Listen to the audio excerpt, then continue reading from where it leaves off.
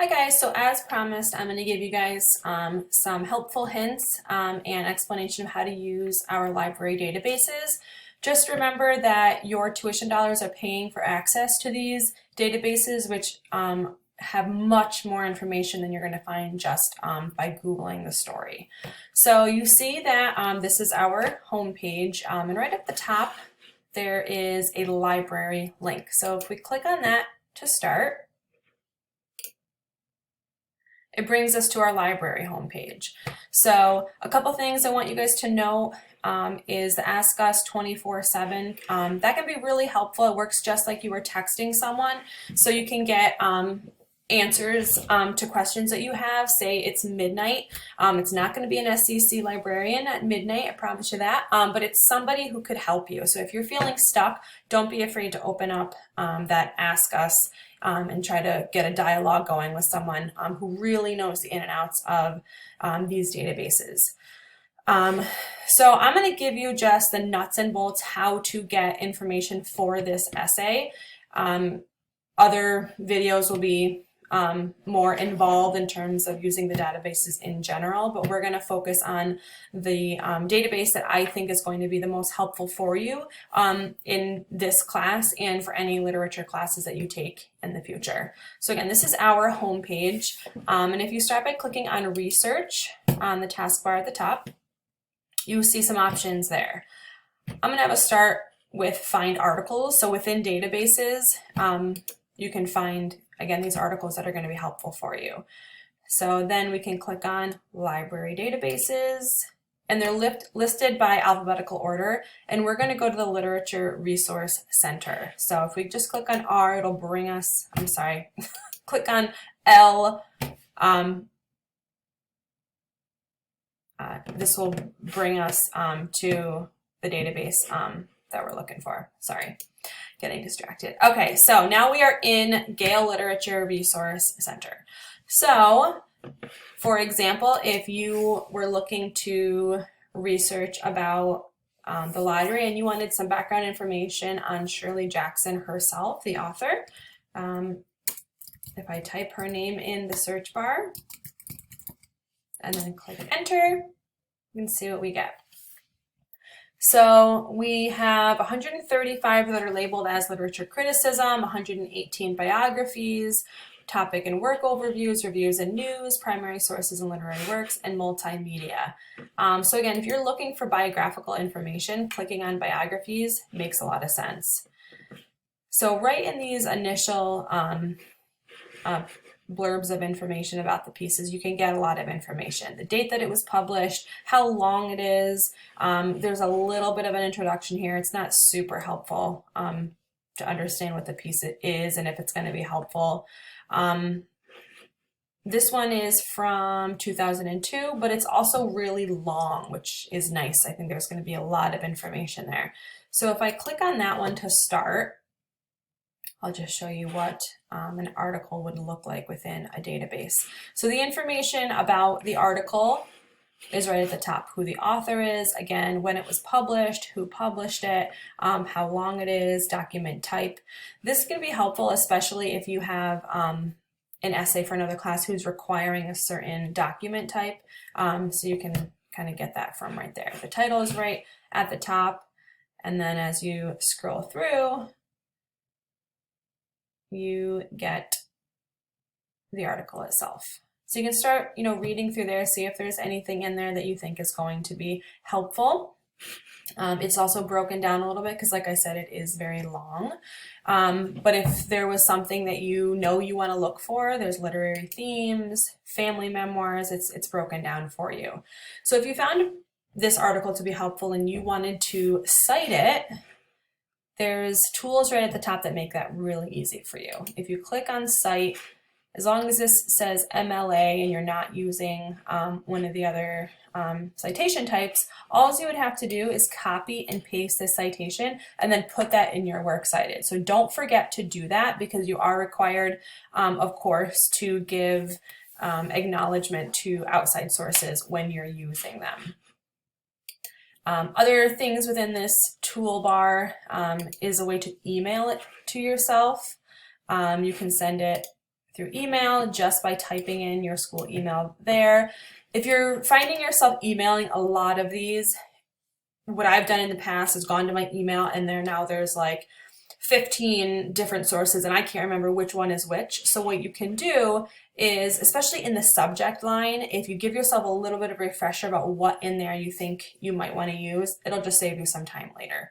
So feel free to do that. What you don't want to do is think about using an article, but then not save it and think you can find it again, because as you saw in the search page, a lot of the titles are very similar. So it's going to be difficult to find a source again if you found one that you think you want to use later. So just do yourself a favor, and even if it seems semi-useful, send it to your email so it's waiting there for you in your inbox. Another mistake some students have made in the past is to copy and paste this hyperlink that's up at the top, but that is just a link that's going to be used right now. As soon as you click out of this, they don't work. They're not stable URLs. So if you're someone who just likes links, click on Get Link. And now this is now a permalink. This will get you back to this source. So either of those two avenues, emailing or getting a link, will help you to find this again. So again, this was us searching Shirley Jackson, but say you don't necessarily want biographical information, you want some literary criticism. If we type in the lottery instead, we're going to get a lot. Look how many pieces of criticism there are. There are over 1,000 of them to weed through. So if you're really in the early stages of your research, feel free to start looking through those, see if there's anything in there that jumps out at you. But say you already know you want to talk about the symbolism within the lottery. If you click on Advanced Search, which is back up at the top near the search bar, you can add more terms. So now you're telling the database, find the lottery, and as long as this drop down says and, all right, I'm going to show you what I'm going to do here. See how it says symbol and then an asterisk, that little star above the 8 on your keyboard? That is telling the database that I'm okay with you finding sources that have the word symbol, symbolism, symbols, any of those endings. That's what that asterisk does. It's called truncating your search. So you're not saying it has to be symbol. If it says symbolism, that's fine too. These other drop-down menus on the right-hand side of this advanced search you might want to play with as well. Keyword is in general good. In the name of the work, it kind of depends on how specific. Does the title have to say the word symbol in it for it to be useful? You could always try it, and if you see any, let's just see. Is there any? There aren't any. Okay. Let's go back and put symbol in keyword. Let's try it now. All right, so there's one, the lottery symbolic tour de force. So this is pretty old. This is from 1974. I'm not gonna dictate how old the source should be, as you will probably experience in other courses. But you'll also see right now in orange, it might be red for you, the word symbolism. So that is the database just picking up on a word that you had added to the search bar. So you can look through there, see if there's anything in there that you think is going to be important. Another thing to note as you're in the process of this research is, I know we've gone through how to embed textual evidence smoothly into your own prose, but look at the way that the masters are doing it. Look at how they use direct quotes. See how they avoid dropped quotes, which I know I've talked about before, because those are really important things to avoid in just trying to elevate your own writing. I'm going to go back and just go more broad again to the lottery. Look at some of these titles. The lottery, here's the one that we had just found about the symbolic tour de force. Shirley Jackson, that's another, looks very biographical. Shirley Jackson's use of symbols in the lottery. Let's click on that one. That one looks good. So this one I had actually breezed through before. And what I like about this one, if you're looking for an example, is the way that this author really does a nice job of setting up what the conversation looks like at that moment about the lottery. So he gives a little snippets of all the big names talking about the lottery at that time and what their arguments are, so that it's easier to see how his, I think it's a he, doesn't matter. Oh, it's a she, Danielle Schaub. Doesn't matter, he or she, where his or her argument exists within this broader conversation. So it acts as more of a response to things being said. So if you read through this first paragraph, feel free to pause the video if you really want to see how the author is doing that, and then how they continue to talk about symbols, because that's what the chapter is that was assigned this week, is talking a lot about symbols and theme. And this article does a lot of close reading about symbolism and theme for the lottery. And one thing I just want to have you guys know is the way that her introduction leaves off, those last couple of sentences, is her arguing against a prevailing argument about the story in terms of there being one theme versus a main theme. And if you remember from chapter 7 on theme, that's one of the disagreements in the literary world. Does a text have one theme, or are there multiple themes that can be argued? So again, if you look at this paragraph, she says, indeed, she, this other literary critic, focuses on the underlying theme, the role of tradition in man's life, but fails to consider the symbolism prevailing in the main theme. So she's making a distinction there. Man's recurrent need of a victim. Yet symbols are Jackson's major device in her tightly knit handling of both themes.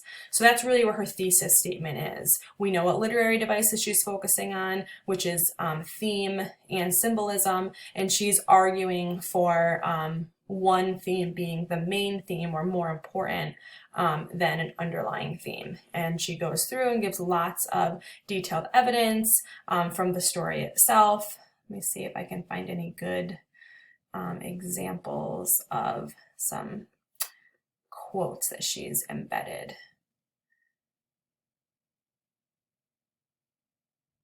I don't see any actual quotes here. I know that they're in there, but she's they're not jumping out at me. But look through there. One of the things that I'm noticing is probably the issue is that the database is using these weird symbols instead of quotation marks, which is probably part of the issue. But look through here. Again, if this was something I wanted to use, email a copy of it to myself. Grab the citation for myself so I can find it later. You can print it. Highlighting in notes isn't something that I've done a ton of. Okay, so there's nothing even there anyway, so that's okay. But this Literature Resource Center is going to be a great tool for you guys. So look through there. I assume this week, after you've read the lottery, you're going to have chosen which story it is you want to focus on. So then let's turn our attention to finding an article, just without even knowing what you want to say yet about this story. Just put the title into the search bar in this database and see what the conversation looks like. You might not even know you have an argument until you read something and you think, I don't agree with that, or I kind of agree with that, or I hear what you're saying, but there's something else I think that's more important. Those are the ways to get just like an organic response to these stories. So that's your assignment after you've read the lottery and all the other things within the module, is to start turning our attention to next week and what story we're going to focus on and what outside source we're going to use to support our own analysis. Again, let me know if you have questions, guys. Thanks.